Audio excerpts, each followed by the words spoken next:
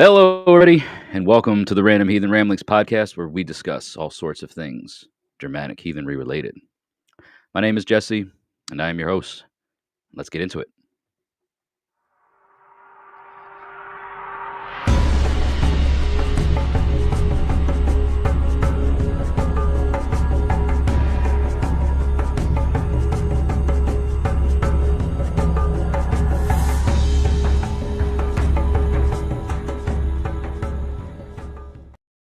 The RHR workshop is dedicated to the old ways, offering a wide selection of animist ritual supplies, divination tools, altar goods, and home decor, including premium reindeer hides imported from traditional herders in northern Finland. Whether you're just starting your spiritual journey or looking to expand your collection with a custom drum, we have everything you need. Visit our online store at thjalvatir.com and discover the beauty of mountain spirit. All right, everybody, hail and welcome to this month's live stream and also this week's podcast. So it's a bit of a twofer. Usually, I do these once a month on Monday nights or a Friday night if I happen to not have anything going on. But I know not a lot of people get to view these things live when they're happening during the week. But this is when I'm going to do it. So, if you want to interact with me live, just know that it'll be when I usually film for a podcast. I have a busy life and I can't just, do things on the whim for the sake of, a few people here or there. But I hope you're doing well. I hope you're enjoying this heat. I guess I don't enjoy it. It's quite miserable, and we're in for more of it. We got temps coming up this week and next week in triple digit heat. So whatever it is that you do for a living, please be safe, stay hydrated, drink plenty of water. I know that's what I'd be doing nowadays. It's I filled this cup up 30 minutes ago and it's almost done. I just stay hydrated. It's important.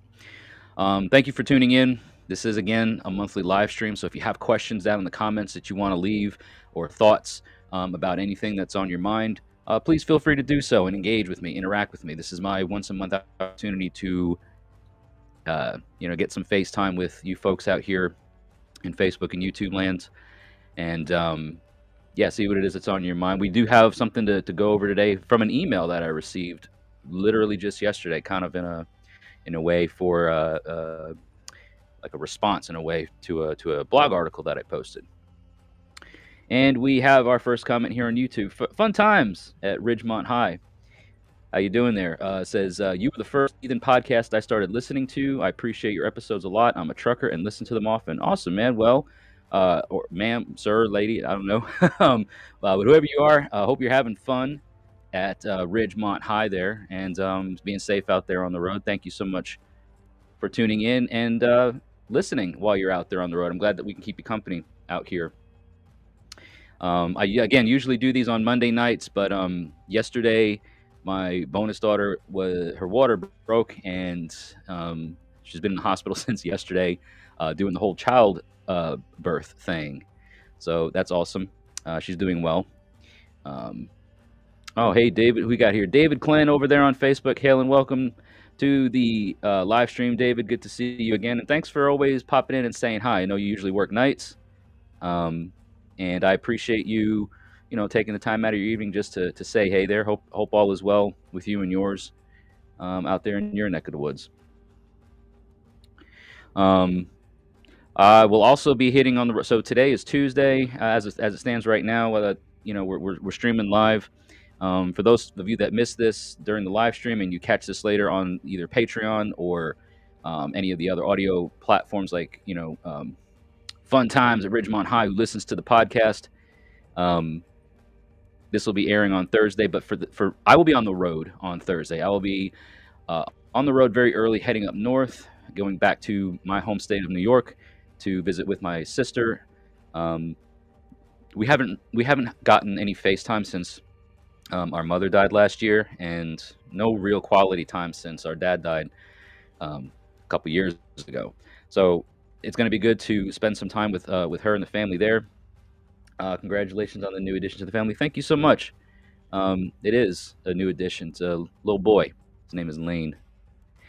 Hello there, Michael Thacker. Always good to see you here, sir. Joining on Facebook again. Good to see you, man. And good to see everybody that's watching right now. We got several people here and throughout different places. So check in down below. I'll get to you when I can. But as I mentioned, on Thursday when this episode airs everywhere else, I'll be on the road myself. So probably by the time this airs, I will hopefully be somewhere close to the Virginia state line, or just a little bit outside of Knoxville. We'll see. So I'm going to be leaving very early that morning because I'm making just a straight shot, and it's about a 13-hour drive up there to the area of New York where I'm going.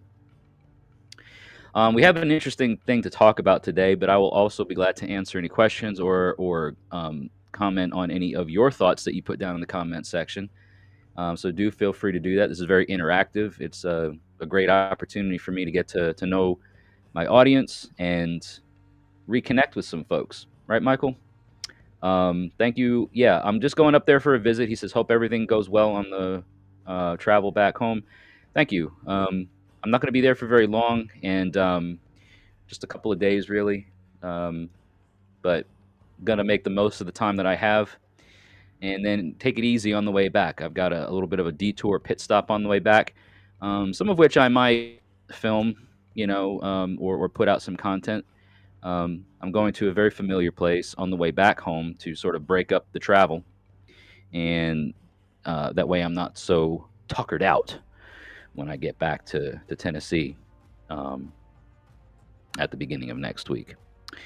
So what do we want to talk about today? Well, if any of you follow me on Facebook, I don't think I shared it to the YouTube platform because YouTube doesn't really push out like article links and stuff very well, at least not for me. But if you head over to my Facebook page, there's a new blog article that was posted day before yesterday. I think it was Monday night. Was it Sunday night? Today's Tuesday, so Sunday night, about us being chosen by the gods, and how that can be more of a burden than a badge, within Germanic heathenry, and understanding what what a lot of like modern heathens, modern people, especially when they first find heathenry, we see a lot of people claiming to have been chosen by the gods. The gods chose me to follow them, right? And that is just simply not the way that this worldview works. Whichever dog is laying right there, go on, get. I said, go on, get. I sounded real southern there for a minute. But they get to be bothersome there by the door, scratching and sniffing and all of that. So shaking and baking. But yeah, the whole like notion of the gods choosing us for some reason or another, and that's why we are heathen. I'm not going to say that this is the case for all people or for all situations, but for us to see it as much as we do, that is absurd. I mean, that's not how the gods have ever operated by and large. There might be a few cases that we can like read about in a saga, or in such story where a hero or a king or something was marked, or noticed by the gods to be able to do something of renown, to do some great thing that the gods had some sort of interest in. But like a random person who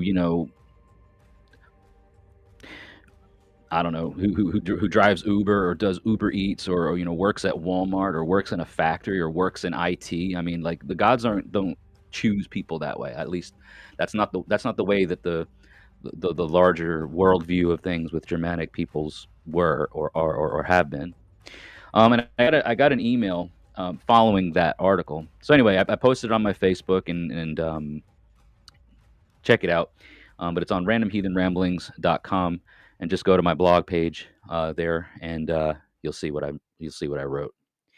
But this is an interesting email that I got. It's from somebody who their name or their name in their email is Spear Carrier the Irreverent. So if that's an indication of what's to come, um, it's an interesting screen name to have. But he wrote in, they wrote in again. I don't know. This is not a very gender specific title or whatever to have, screen name to have. But they wrote in and they said, first, for thank you incredibly for that post. It explains the past few months, and I've been seriously needing that. Talking again about the blog post of being chosen by the gods.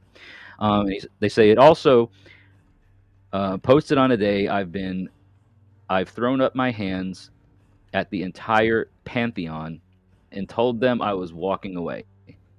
Did they understand? Walking away. So, could you perhaps help explain how to get the roller coaster ride to be less loopy? I'm not joking. I'm not making fun, but I'm but a simple comic book maker that liked to dance and ended up literally claimed. And when you said claimed, I practically melted on my desk and said, fucking gods, yes, that. And although the gods were in the background, my whole life, I never dreamed I'd be following the dead shaman ways from the family nearly every night using whatever music suits. So, yeah. So, Spear Carrier the Irreverent is feeling them some sort of way. And I keyed in on their main question, which was, again, explain how to get the roller coaster ride to be less loopy. So what do we do? We'll put that into terms that we could all maybe understand. For me, what it sounds like is this experience that they're having is full of dips and turns and loops, and there's no real straight, clear path. It's very disruptive. There's a lot of things going on with them that they're asking for any advice or suggestions on how to lessen that. And I've thought about it since I responded, but my initial response, of course, was saying thank you and all that. But my initial response was to say that I don't know of any way of controlling the ride speed or trajectory. All I know how to do is do my best to get used to it.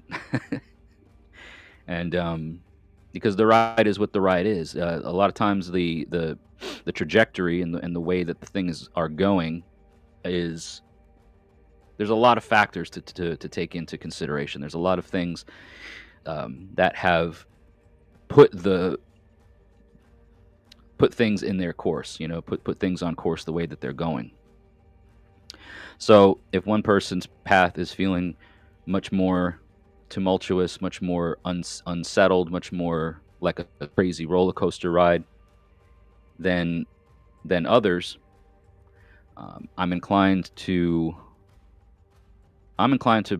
reply with a what has caused the ride to be this way, because I can't necessarily say for me that the ride has been that disruptive.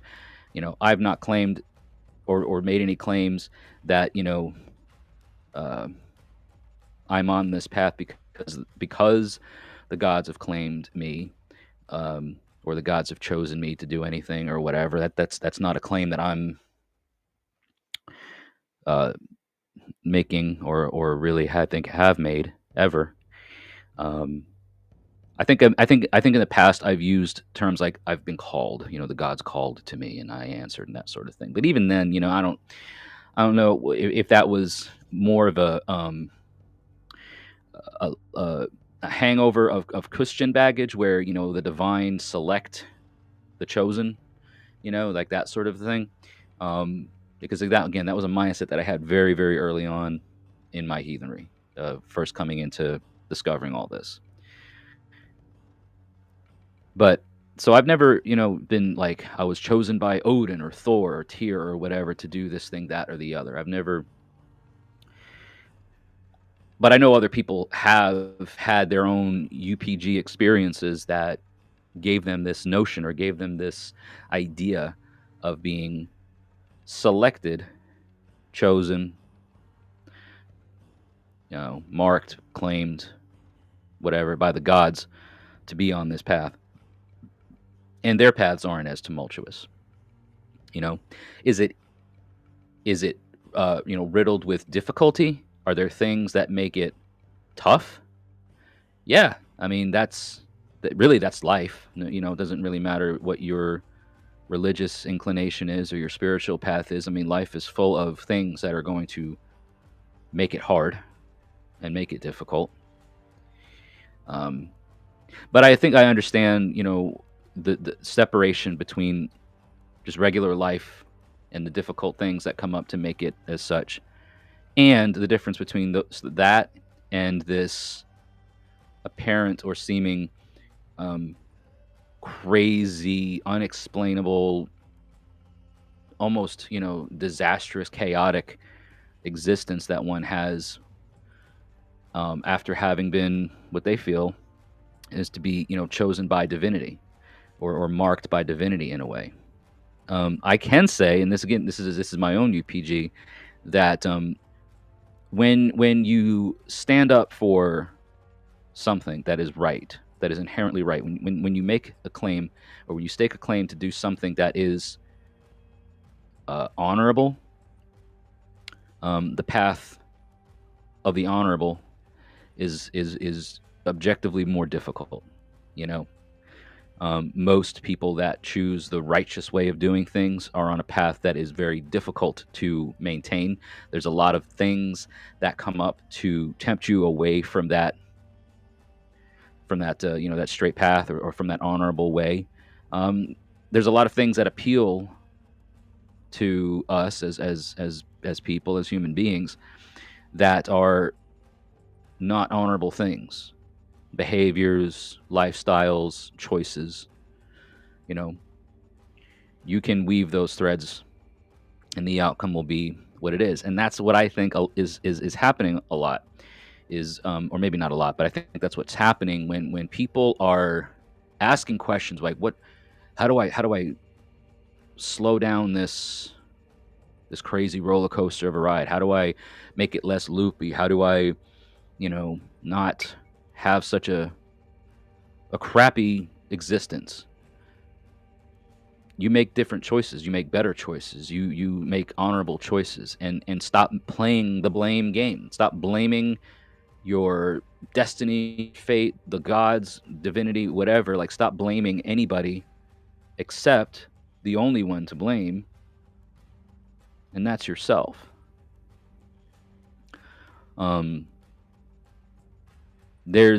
I've seen way too many examples of things happening for people that are as a result of poor decisions on their part, and they want to blame it on everything else besides that. And then they're like, well, I guess that's just it.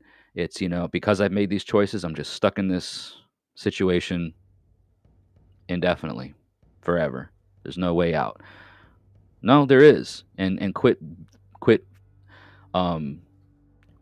thinking that way. Quit believing that you're just stuck in this loopy roller coaster ride because of past decisions or because of anything.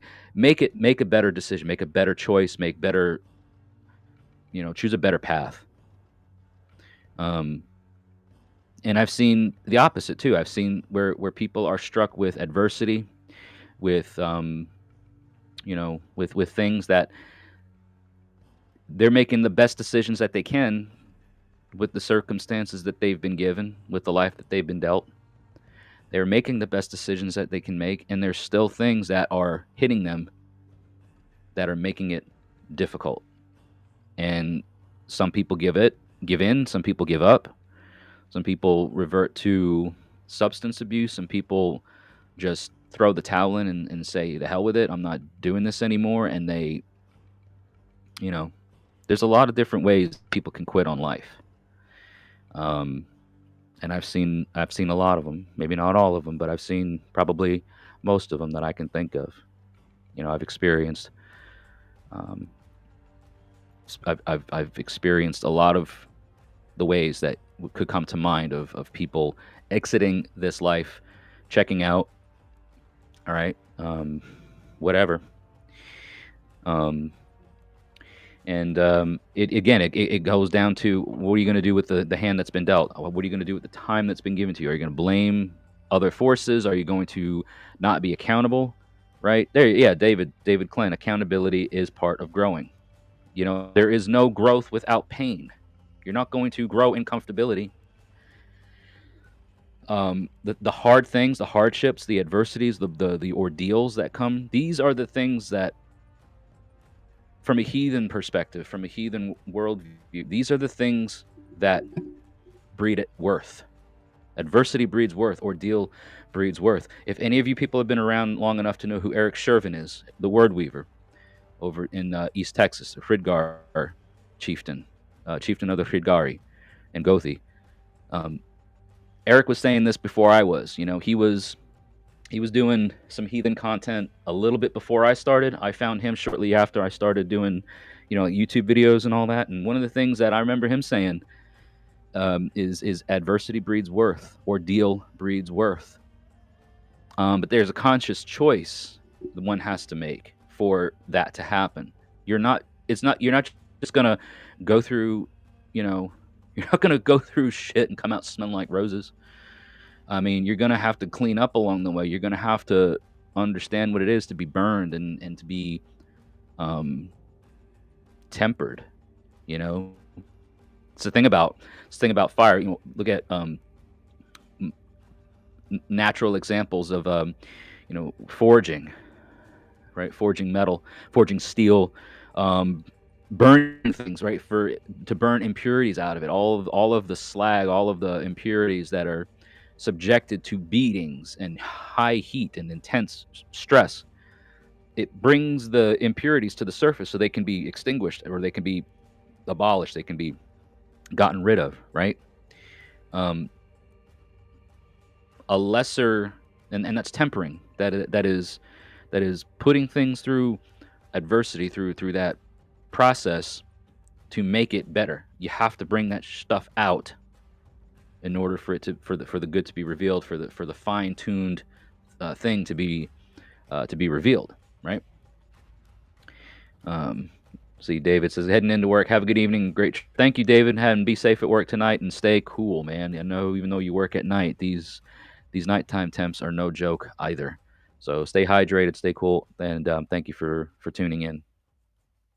But yeah, the how do you get the ride to be less loopy, Mr. or Mrs. Spear Carrier the Irreverent? Again, I initially said you get used to the ride, but as I've been meditating on it and as I've been thinking about it and even talking through it now, you have a choice to bail. You have a choice to get off the ride entirely. Change course. Get on a different ride. Maybe. Maybe this ride's not for you. Maybe you got stuck on this ride because it looked cool to begin with. And then the more you sit on that and go through it, it's like, no, this isn't my ride. Maybe another possibility is that maybe it is your ride, and you have to go through this uncomfortability to be tempered for the purpose that you are to serve. I'm not. I use myself as an example a lot of times when I talk about things that people ask, to see if I can find a lesson in it that I've learned that can maybe, be helpful to towards somebody else. And I've been doing videos. I've been doing this podcast for a while now. This is season 6. Every year brings in a new season. We're over halfway through season. We're over halfway through, season. Did I say season 6? Is that right? Season 5, whatever the heck season we're in. But I mean, I've been doing this, for 6, 7 years now. Content creation. I can't believe I just blanked on what. I can't believe I just blanked on what season we're in. It's got to be season 6 because this is the sixth year. Yeah, I'm tripping. It's season 6. So anyway, 6 seasons, and got off track there for a second. Sorry. When I look back on my journey that led me into doing content creation, I'm by no means great at it. I've gotten better. But there's so much that goes into this that not a lot of people know about or see that I could have let get to me, and I could have stopped doing this a long time ago had I let it get to me. Had I thought that the ride was too loopy, had I thought or felt that the ride wasn't for me, let me off this ride. I don't want to play anymore. If I'd given up, instead of seeing that, hey, I made a choice, I made a decision to do something. And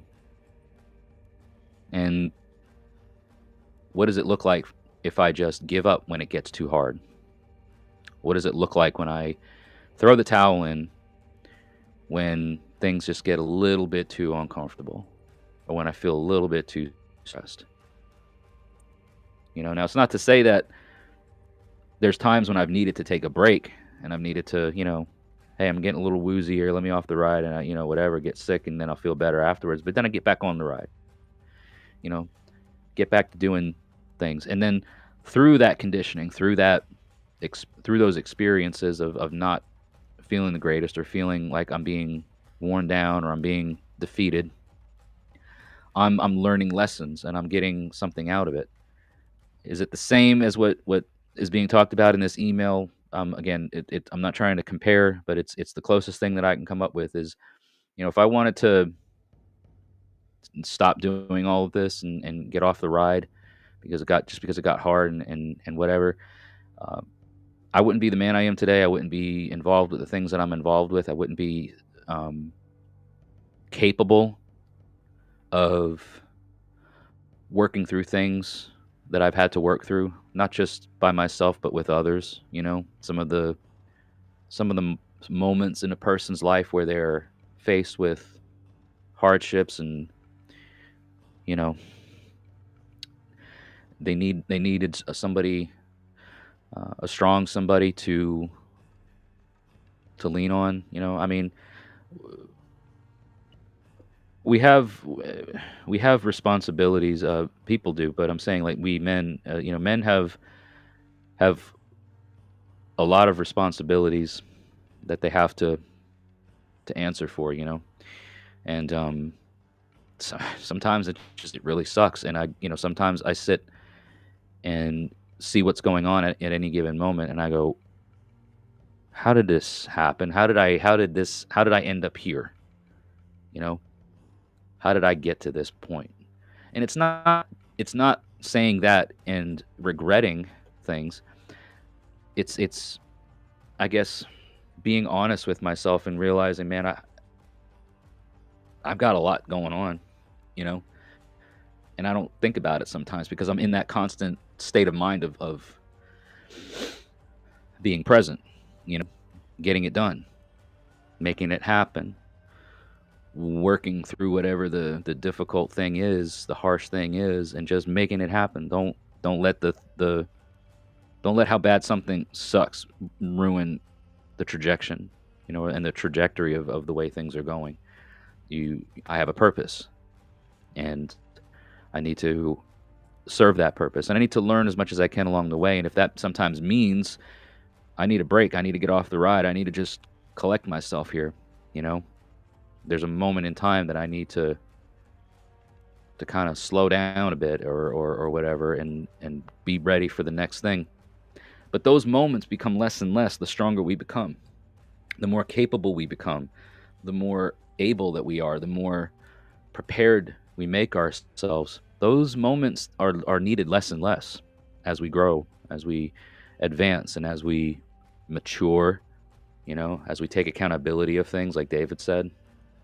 That's where growth happens, is in accountability. And as you grow, you're going to be able to withstand more storms, because the tree that grew as a sapling was very young, and it bends, and it's getting pushed around by all the storms and everything. And then as it withstands that, and it makes it into the strong oak that it is, that sapling is no longer that. It is now a strong oak, and it can withstand the storm, and it's not going to be swayed and beaten down by those things. So, but you got to go through that. You got to go through those storms in order to get to that point. I thought too about this whole analogy that we give to storms, and how we tend to put an analogy of storms as trials and as adversities. Storms in our lives, the hardships, they're storms, right? That's what we like to put as an image, or to compare to, is that when times are rough, it's because we're in a storm in our life. Well, that might be, but I've also adopted a thought of storms are also bringing life.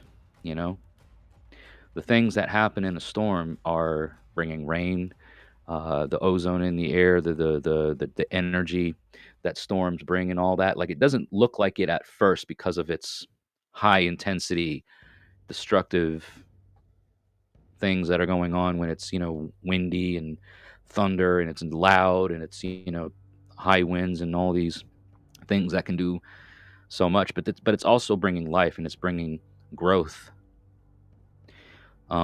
So are we too consumed, and are we too narrow-minded or focused sometimes with these storms that we're experiencing, and seeing them only as a means of breaking us down and challenging us and testing us, and putting us to our breaking point in order to persevere and be forged in the fire, and to have that ordeal breed worth in us? Yeah, I mean, that's the obvious thing. But are we also seeing what's happening that's a bit more subtle? The rains that are beating in on us are watering our trees. They are nurturing us to be able to grow through this. It's an interesting thing to think about. At least it is for me. Maybe it's something that's worth considering. For others too. And then so I don't know, whoever this person is, spear carrier, the irreverent, or the spear carrier, whoever you are, maybe there's just some things to think about. If you saw my article the other day, hopefully you'll see this. If you didn't see it live, it'll be up on the podcast audio platforms on Thursday, and over on Patreon on Friday. Sorry, Thursday as well. Which, by the way, if you folks are watching this and you're live now and watching this with me, you'll see at the bottom of the screen, the Patreon link there, patreon.com/MidgardMusings. Normally, my podcast videos are only up on Patreon. So if you want to ever watch them, you have to join at the Carl tier. I don't do much on Patreon besides that. I don't share much over there because I want the videos to be the thing that people come to and see. So if you just join at the free level, that's great, but you're not going to see the videos unless you join at the Carl tier. And the Carl tier is just a $1 pledge. That's a once a month thing, and you get to watch these videos. So that way, because a lot of times these platforms, these dogs, that'll scare them away. Shoo, go away! Quit sniffing by the door. Get in there. Thank you. Sorry, guys. The videos are the best way to that $1 pledge is the best way to show your support. So, anyways, the spear carrier, they I sent what I sent the other day, and then they replied back with some other odd things. I mean, I try to read people's messages as best I can, but sometimes people put me to the test with what they say and how they say it.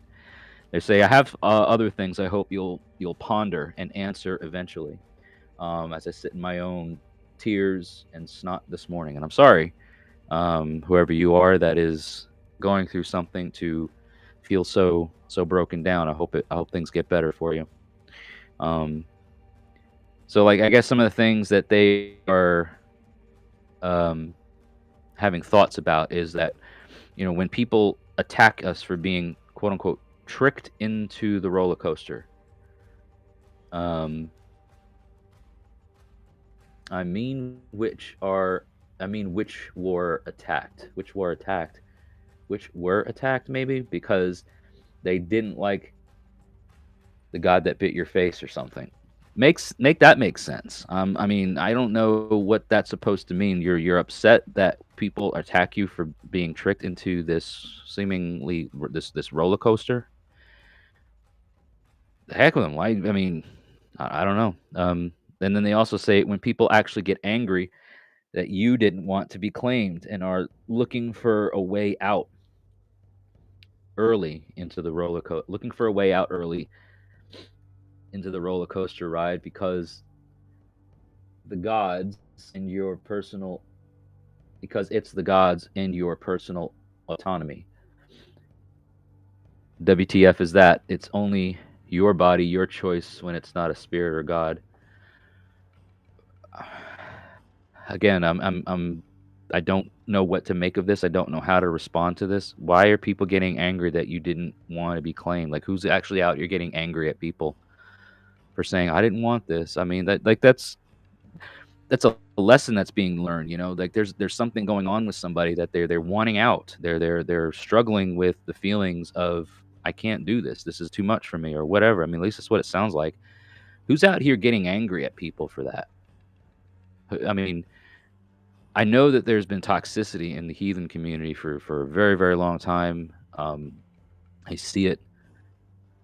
I don't really get involved online much with heathenry anymore because of the toxicity, and there's a lot of people that think they know stuff that don't, and I'm just not. There's plenty of people who do. Don't get me wrong. I'm very picky and very choosy about who I get involved with online, like as far as online groups. But I do know that people are mean, and when they can get a rise out of you and they can troll you in a way that they see you're bothered by it, that's how they get their rocks off, man. That's how they're that bored with life, they're that unfulfilled, and they have such minimal purpose in their own life that they're wasting their time trying to tear others down.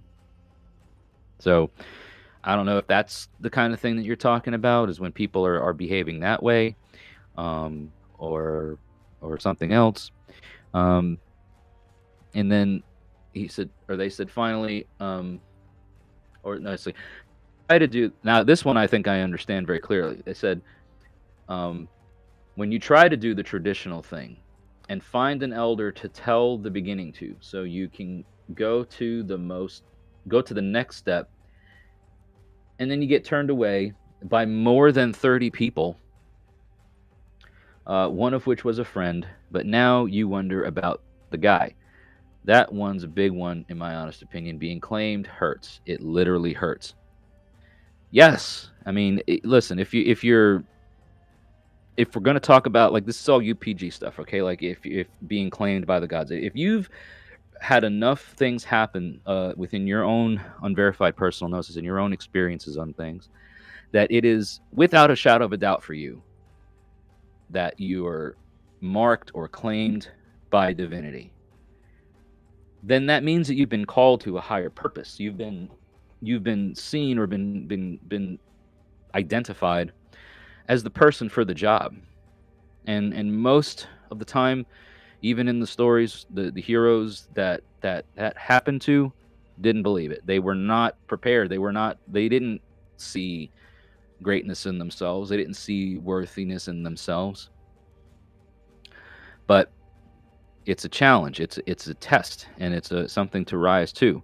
So I think I understand this particular sentence is that when you are trying to, you know, follow a more like traditional way where there's, you know, everything's researched and maybe a more of a reconstructionist type person, and things are more, um, built around that sort of mentality. Maybe you've just been around the wrong people, and I don't know, man. Like 30 people, 30 some people, and an elder to go to and be turned away. Um, that says, that says one of two things: either you're in the wrong crowd, or they saw something that was like, mm-mm, this isn't it. And you are you willing enough to face the music and be honest enough with yourself that when 30 people say something, I mean, that is a there's I'm more inclined to think that whatever is going on that 30 different people are saying, um, it might be true. It just might be true. I don't know this situation. I don't know the details of everything that's happening. But I do know that when you start getting into those numbers, when people are um, that you're involved with, that many are turning you back or turning you down or saying all the same thing, hey, it might be true, and you might need to examine yourself.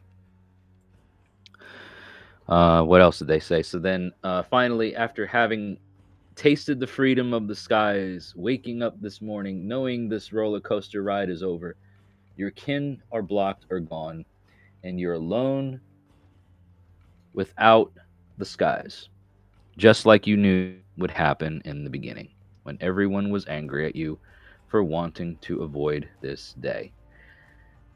That one especially, maybe get some a-hole to justify why it's okay to better to fetter someone who was taking simple joy in walking on the sun, and lost a pant size. He said, or they said it again.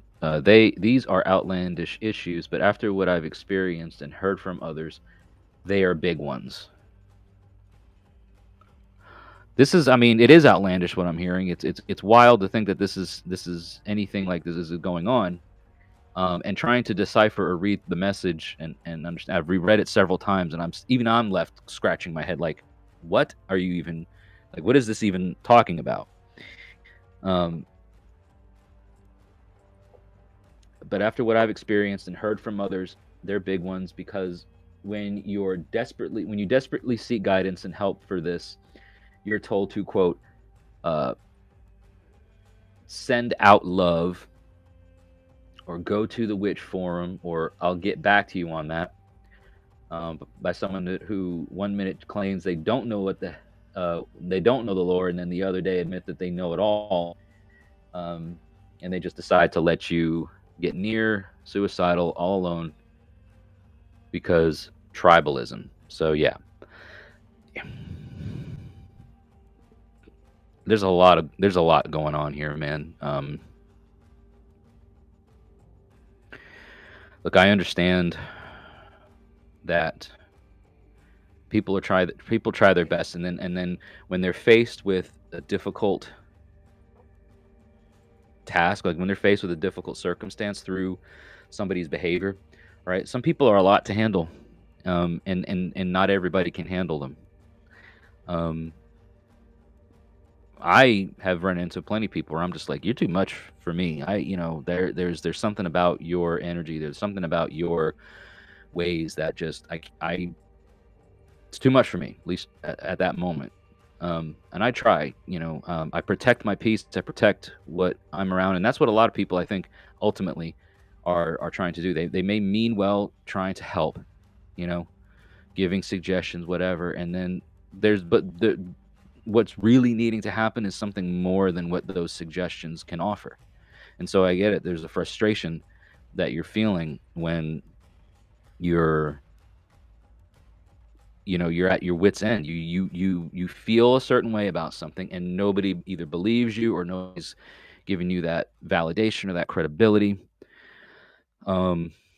Or they're trying to solve the problem for you in their way instead of listening to what's going on and just being there as a support and whatnot. Um, it is a very uh, it's a treacherous field to be in when you are faced with this thing like being marked, or being claimed by divinity. Because who, you know, it's not something that you can open up in a book and be like, see, I'm feeling these exact symptoms. This was what this means. La la la la la. All you can go by is what you're feeling. And in many cases, a lot of people don't want to accept that. They want to, look, oh, you're need to get back on your meds, or you need new meds, or you're off your rocker, or oh, you just need to make better decisions. I mean, I don't know the whole situation about every email that I get, and I clearly don't know enough about what's going on here to really dial in a well thought out response. I'm talking through it a lot myself, as you can tell, because I'm the only one talking. There's nobody else in the comment section asking any questions. So I'm filling in this time, trying to understand what Spirit Carrier, the Irreverent, was saying. And I hope I'm doing it justice. I hope I'm doing well enough with just a one-sided view of things. But it's tricky, I don't know. Does anybody else, or has anybody else ever ran into a situation where a person in your life came to you, and they were troubled beyond trouble. They were maddened by the things going on in their life. I've had a touch of that, I mean, I chose to pursue a path of heathenry that had a lot to do with things that Odin is known for. And there's a madness that comes with that. It can take your mind. I believe it's one of the things that makes Odin so fearful of losing his mind, over his thoughts is yes, he fears for the loss of his thought, but he fears more for the loss of his memory, his sanity, his mind. Doing the things that are involved with, esotericism, magic, the runes, study, traveling, like the various things that Odin is known for, right? And then really embracing that. That is a maddening experience. And if you don't play around with stuff like that, because it will take the weak-minded. It will put you in places. And I wonder half the time if people are just not respecting the process. They're not respecting things well enough, and they're just diving off all willy-nilly, and you end up with situations like this where people are out here desperate to try to find someone that can make sense of it all, and everyone's like, talk to you later, Looney Tunes. I don't know. What's up, Michael? What he says, not exactly sure what advice I can add to this. I'm confused on what they want. Okay, so I'm not the only one. I mean, I'm reading it as they sent it to me. You know what I mean? So I mean, I can only go by what they sent. I know initially at first I got the thing. I think I got a good dial. I think I dialed in well enough on the initial email where they're like, hey, that article really spoke to me, and how you get off this, how do you make the ride less loopy, and I got that. But then after my initial response and I'm saying what I'm saying, they fired back with this. Just it was like they just threw a grenade in there and everything just went to pieces. And I'm going over there. I'm like, okay, first of all, what? Okay, I'm not the only one. At least I'm not. At least I'm not crazy. But what else, man? Yeah. So I'm going to be going to New York. I mentioned this before. I'm leaving the day after tomorrow, very early in the morning, before the sun comes up. So I want to see East Tennessee by daylight. Yeah, I'll see Middle Tennessee when it's getting sun's coming up. But anyway, it's gonna be in the middle of the night when I leave. And why am I going up there? Like I said before, my mother, she passed away last June on Father's Day, and then my dad, he passed away 2 years ago in April. 2 months apart, my parents died a year um, away from, a year apart from each other. So like, dad was April 16th, mom was June 16th, 2023, 2024, respectively. And I was up there after my dad passed. And it was a very odd time to be interacting with people. And then when mom passed, I didn't know about it that until the day it happened. So there was nothing that I needed to do or be there for at the time it happened. So, it's been over a year since then, and I've been talking to my sister. I'm like, we need to get together, man. Like we need to sit down. We need to break bread. We need to just talk about things. Get some closure, get some healing between the two of us, because we don't, we have our own lives now, and I just turned 40 this past year, and she's about 4 years younger than me. She's got a daughter now. I don't, we didn't we didn't we didn't really heal together as brother and sister when our parents passed. We each went through our own thing, and we each experienced our own grief, and still do. I'm sure, my sister, she still has days where it's tough, just like I do and whatnot. But we never got the chance to grieve, to comfort one another as siblings. And I feel like that's a really important process, important step, if at all possible. And I'm thankful to be able to get the chance to go up there and do that. Michael Thacker says that from what I gathered regarding the email and everything that I was saying, is that from what I gathered is they want out of heathenry, but they also want much deeper and quick connection with the gods. And I mean, that very well could be. Maybe they want maybe they want the cake, but they don't want to make it, or they want the things that go with it, or they want something outside of heathenry that connects them to divinity. Because I mean, I don't even. I mean, the name Spirit Carrier, the irreverent Spirit Carrier, kind of has connotations of being somebody that is heathen.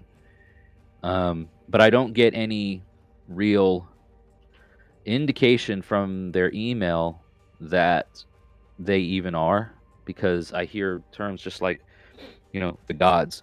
And that could be anything. That could be any gods. You know what I mean? Like, I know this is a heathen platform that I'm, or a heathen, and I put heathen content out, so I have to assume that they're referring to heathen divinity, when they say the gods. But in terms of all the other things that they're talking about, there's no verbiage, there's no indication that what they're referring to is even related to heathen. So you might be right, Michael. Maybe they're in heathenry and they're wanting out of it.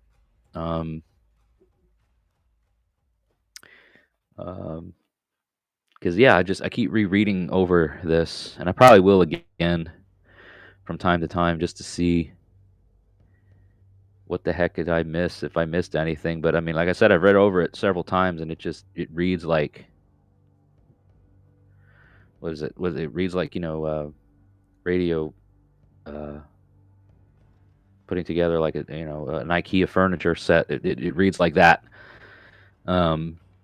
Which is not a slight to this person in any way. Don't get me wrong. They hear this or watch this. I mean, I'm not putting you down for this. I'm just genuinely trying to understand.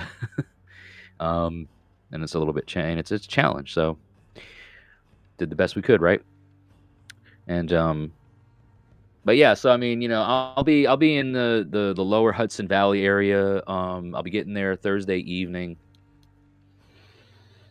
because again, it's about a 13-hour plus drive from where I live to where I'm going, and there's an hour time difference and all that. So it'll be, in the evening, early evening, when I get up there, and then I'll be there all day Friday and all day Saturday, and then I get up early Sunday morning and I start the trip back, but I'm not heading back to Tennessee on Sunday. I'm making a pit stop along the way, and I'm not going to tell you where I'm going yet.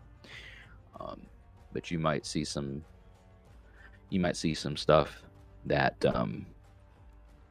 reveals that when the time comes. I'll put it this way: it's been a place that I've shared content from before. Been there several times, and I've shared content in different formats from this place, on this channel, on this page before. So vague post is vague. Find out, but that'll be sometime, Sunday. So that way I don't get back late on Sunday. Or actually, my initial plan was I'm just going to stay Friday, Saturday. Thursday, get up there Thursday, stay Friday, Saturday, Sunday, leave early Monday morning, and then get back on Monday and have to get right back into the gear, swing, get back into the swing of things, kick it into gear for work on Tuesday. And I'm like, I'm not doing that. I'm taking it slow because I don't know how it's going to go while I'm up there with my sister. You know what I mean? I don't know how it's going to play out, and I want to be able the chance to sort of integrate and take it easy, go on the way back. Your guess is the Carolinas. Okay, we'll see. What's up there, John Deason, who says, hello, darling, nice to see you. It's been a long time, just something or another, I forget. Conway Twitty. He's the one that sang the song. Let's keep it that way. What's up there, John? Good to see you. Thanks for tuning in. We're just rambling, man. It's a casual Tuesday night live stream. And we just got done going over this really interesting email from a fella or person. And I don't know. There was a lot of questions to be asked with less answers to be given. Of anything solid, but some interesting things did come up, so you just have to rewatch. And it's a low audience viewership tonight, and I expect that because it's wild. I think it was last month. There's one particular thing that I shared that I posted on this page months ago, somehow ended up going semi-viral. And it blew the followers up on this page up, 6,000 new followers within a couple of weeks. And then, 4 more thousand followers after that. And it was the Facebook platform just 12, almost 13,000 new followers within a couple of weeks. Pages was getting 3 million views on it. It was nuts. And now it's leveled off. It's back to, barely any interaction anymore because it's not stupid, irrelevant content. It's, I'm sticking to what I'm doing with heathenry related stuff. And nobody's engaging with it. Nobody's interested. Nobody cares. It's interesting. 37,000 followers on Facebook, 6,500 followers, subscribers, whatever, here on YouTube. And there are 6 people watching this right now. I announce it. I plan it. Everybody knows. I feel like it's just a ghost ban. I don't know if that's even a real thing, but the platform must hate me. So, I do these things to have interaction with you folks, and none of you folks want to show up. Well, not none of you. Some of you. Thanks, Michael. Thanks, John. He said, I definitely will. Wanted to pop in. I love you, Bubba. Love you too, man. And thank you for everything you do. It's good to see you here. Don't mind my little rant right there. Don't mind my grumpy old man rant about social media and algorithms and all that BS. is what it is, you know. And we've been going now live for over an hour, so for it to be what it is, it's you know, we've got some interaction. We've got some people here. Michael's been sticking it out like a trooper. John showed up, said hey, had David Clan pop in. We had fun times at Ridgemont High, another trucker out there keeping things rolling on the road, listening to the rambling. So that's pretty cool. Appreciate all of you. Okay, Michael. Always showing up clutch with the topics or with the subject. So he says, on a rambling subject, not sure if I'll try plant medicine again. Bad first experience. Well, I mean, I've talked enough about plant medicine, and with not just, you know, myself, but with others. You know, we've had some conversations, and the Ridgemont High trucker driver is still here. Well, hey, good to see you there. Thanks for checking. But yeah, as far as plant medicine goes, you know, the I get it. Like when you have a bad trip or you have a bad experience, that can really, you know, turn you off from trying it again.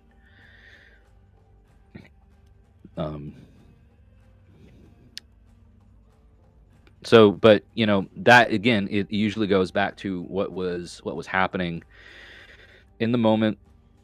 Usually, the moments leading up to the consumption of the plant medicine that caused it to be a bad experience. You know, because I'll tell you, you know, I've had wonderful experiences with plant medicine, but part of that wonder, you know, part of the wonderment of those experiences have been terrifying.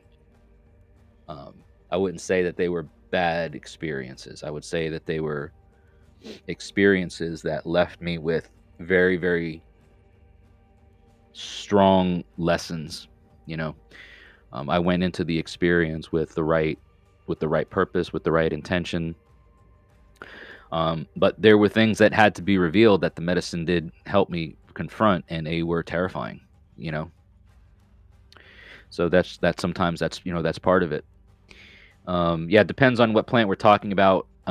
No experience should be considered bad. It's always something to learn from. Thank you for saying that. There, fun times at Ridgemont High, the trucker. Thank you for saying that. It's almost exactly what I just said. You know, I wouldn't call what I had as a bad experience, but it was definitely something to learn, and it terrified me. I've been scared out of my boots, you know, on certain things. Not paranoid, but I mean, what the lessons that the medicine were teaching me were harsh lessons. Yeah, so they just got to figure out what the plant was trying to tell you about your inner self. Yeah, there's, you know, you're in a state of heightened consciousness.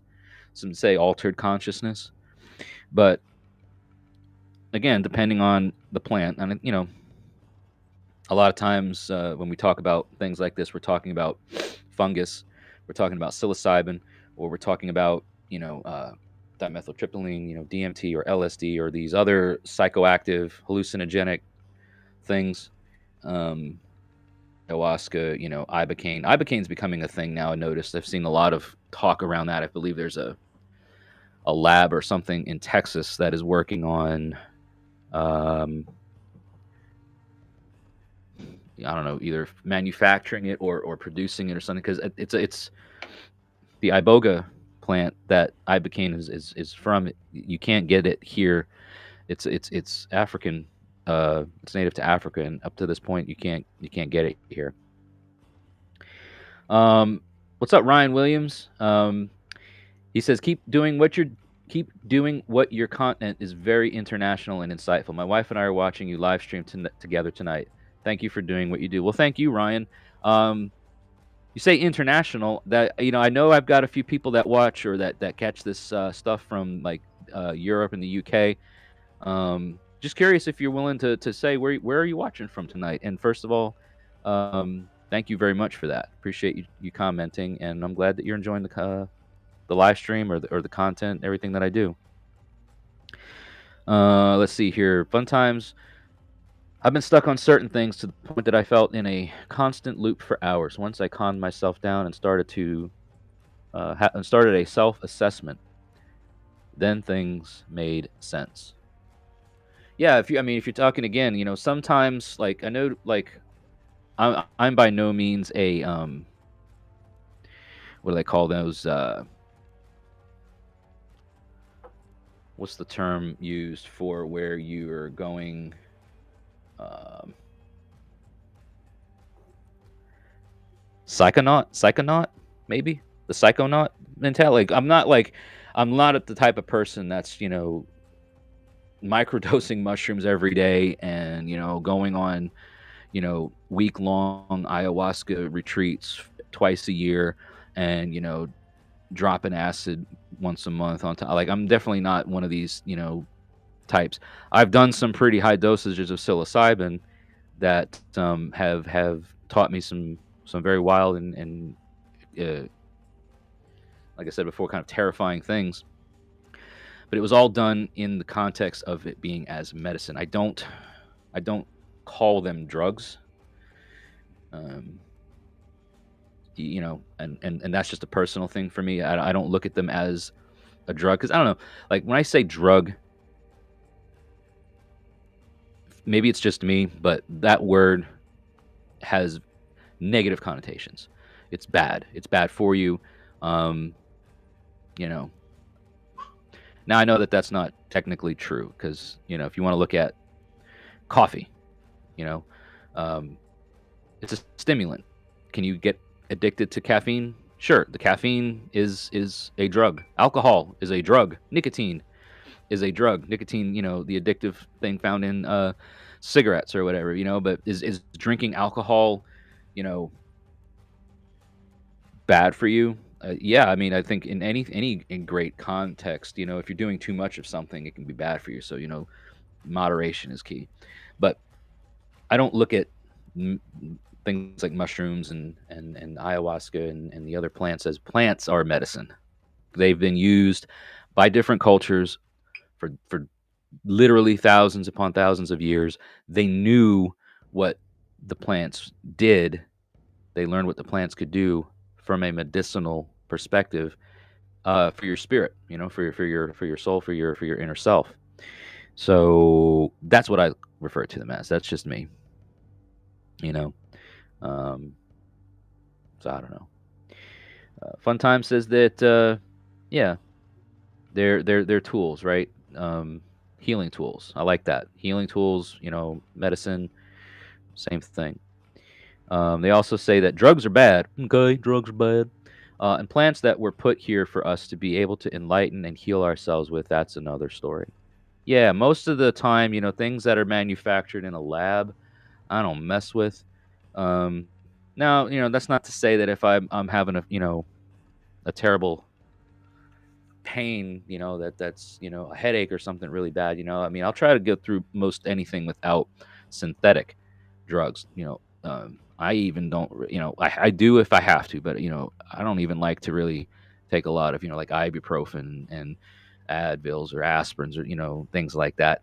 I'd rather find a natural solution, or just rest, and I'm not I'm fortunate, I guess, that at my age, I'm not having to be on a long list of synthetic drugs.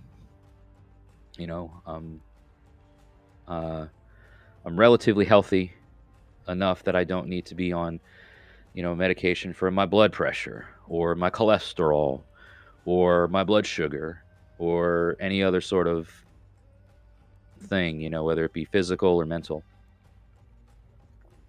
Yeah, I guess I'm blessed or fortunate in that way. And this is no dig to anybody that is or has to be. Trust me, it's not. Um, but I see what the pharmaceutical industry is doing to people, and it's not helping people. It does not help people to be prescribed one drug that could quote unquote fix something, then it ruins something else in your body that you then have to be prescribed another drug for. And then you're in this endless loop of drugs until you're like a Pez dispenser, knocking back pills all day long, and it's ruining people, man. It's shortening our lifespan. It's reducing our quality of life. This is this is true. This is fact. Why do you think we have people that are so depressed that nowadays? Addiction is at an all-time high. Depression is at an all-time high. The world itself is a crazy. There's a lot of bad things happening in the world around us. But I was listening to some. You're talking about like things in the world or whatever. Ozzy Osbourne died today. 76 years old. Man, I grew up listening to Ozzy, man. My parents did too. They're the ones that my dad was the one that turned me on to Oz, and I was reading the lyrics to one of the songs that I guess it became a Sabbath, Black Sabbath song, but it was originally a song that was when he was in Earth, and it's called "Wicked World." And this song came out in 1969 or 1970, I think it was. One of the lyrics says that the world today is such a wicked thing, fighting going on between the human race. People got to work just to earn their bread, while people just across the sea are counting the dead. And I sent this to a buddy of mine who, he's another Sabbath fan. I said, man, not much has changed, has it? Since 1970 or 1969, not much has changed. It's almost like those lyrics are written about today. So the world's been a terrible place. A lot of bad things have happened for a long time. This is nothing new. We're just more. It's more in our faces now because of things like social media, and everybody with a phone has a voice now, and they think that they can, their opinions matter and blah blah blah.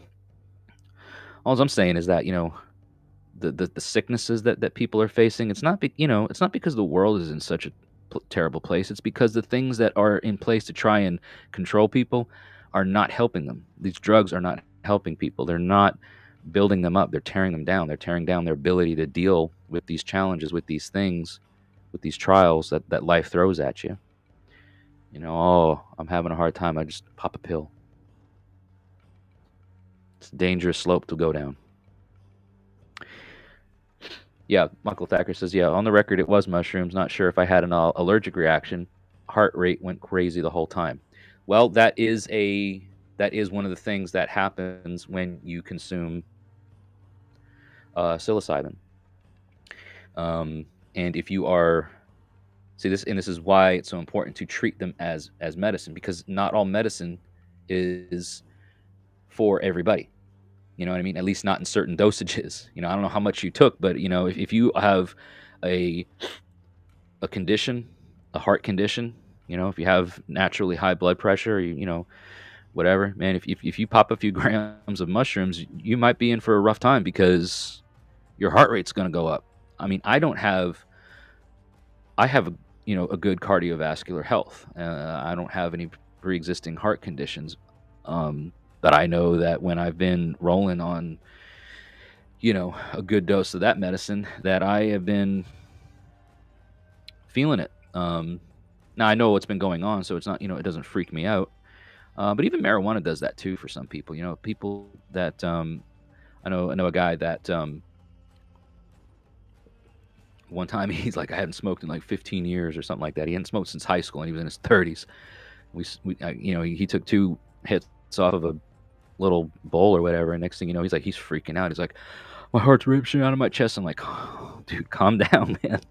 Just calm down. It'll be okay. Stop thinking about it, and stop letting it get to you. It'll be okay. But with the mushrooms, it's a very different story, because your mind is your spirit, like it takes over. Your function out there. There was a study, and I forget who did it or where it was, but there was a study. It's like your basic motor skills, like the very things that you rely on every day to solve problems, to figure things out. When your brain is subjected to the psilocybin, it shuts down. That part of the brain shuts down. That part of your computer goes offline. The mushrooms are doing what they're supposed to be doing, and it can be terrifying if you're not ready, if you don't know, if you're not prepared, if it's foreign to you. Hello, Becky. Ernest says truth. I'm not sure which truth was you're referring to, but thank you for commenting. Good to see you there. So yeah, it's just, not saying that what you had was a inherently bad experience. I understand that it could be bad for you. Yeah, dude, 7 or 8 grams. Come on now. Yes, now you're speaking my language.